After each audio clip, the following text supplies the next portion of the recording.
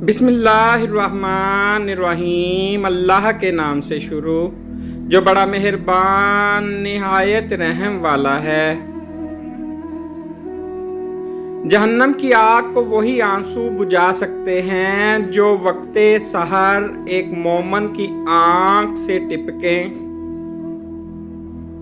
جس طرح پھول کا حسن خوشبو، دل کا حسن یاد، زندگی کا حسن آس اور انسان کا حسن اخلاق ہے، اسی طرح آنکھوں کا حسن آنسو ہیں۔ کبھی کبھی انسان زیادہ دکھوں کے باوجود ایک آنسو نہیں بہا سکتا، اور کبھی یہ آنسو خوشی کے اظہار کے لیے آنکھوں سے چھلک پڑتے ہیں۔ آنسو وہ انمول موتی ہیں جن کے آگے ہر چیز ماند پڑ جاتی ہے۔ یہ پتھر دل انسان کو بھی مومن بنا سکتے ہیں۔ تمہیں اس دن پر آنسو بہانا چاہیے جو نیکی کے بغیر گزرا۔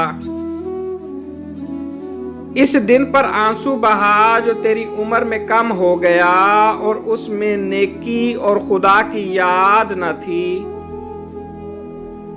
اپنے اندر وہ چیز پیدا کر کہ تیری آنکھ سے پانی نکلے کہ اللہ تعالیٰ چشم گریاں رکھنے والے کو دوست رکھتا ہے۔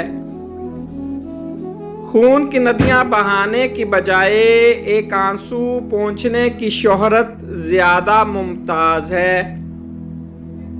اے عورت، تو نے اپنے اتھاہ آنسو سے دنیا کے دل کو اس طرح گھیر رکھا ہے جس طرح سمندر زمین کو گھیرے ہوئے ہے۔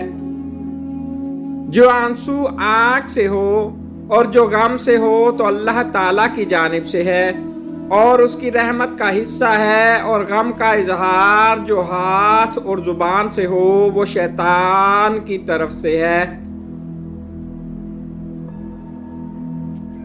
اے لوگو، خوف الہی سے تم میں سے جو رو سکے وہ روئے، کہ وہ دن آنے والا ہے کہ تم رلائے جاؤ گے۔ تغیر احساس کائنات ہے، پانی کہیں سحاب بن رہا ہے، کہیں موتی اور کہیں آنسو۔ بہت رو اور مت ہنسو، بہت خوش رہو اور بات نہ کرو، بہت دو اور کم کھاؤ، بہت جاگو اور کم سو۔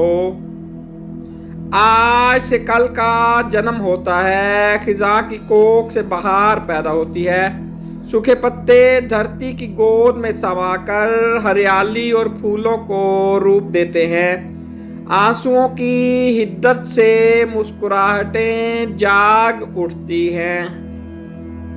7 سمندروں کے پانی کے مقابلے میں انسان کی آنکھوں سے زیادہ آنسو بہہ چکے ہیں۔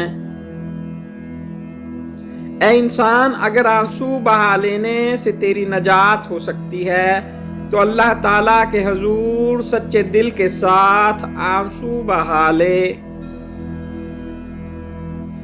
توبہ کرنے کے بعد آنسو بہانا دوزخ کی آگ کو ٹھنڈا کرتا ہے۔ آنسو ایک ایسی چیز ہے جو زیادہ غم ملنے کی صورت میں اور بہت زیادہ خوشی ملنے کی صورت میں بھی آنکھوں سے بہہ نکلتے ہیں۔ Please like, subscribe and share.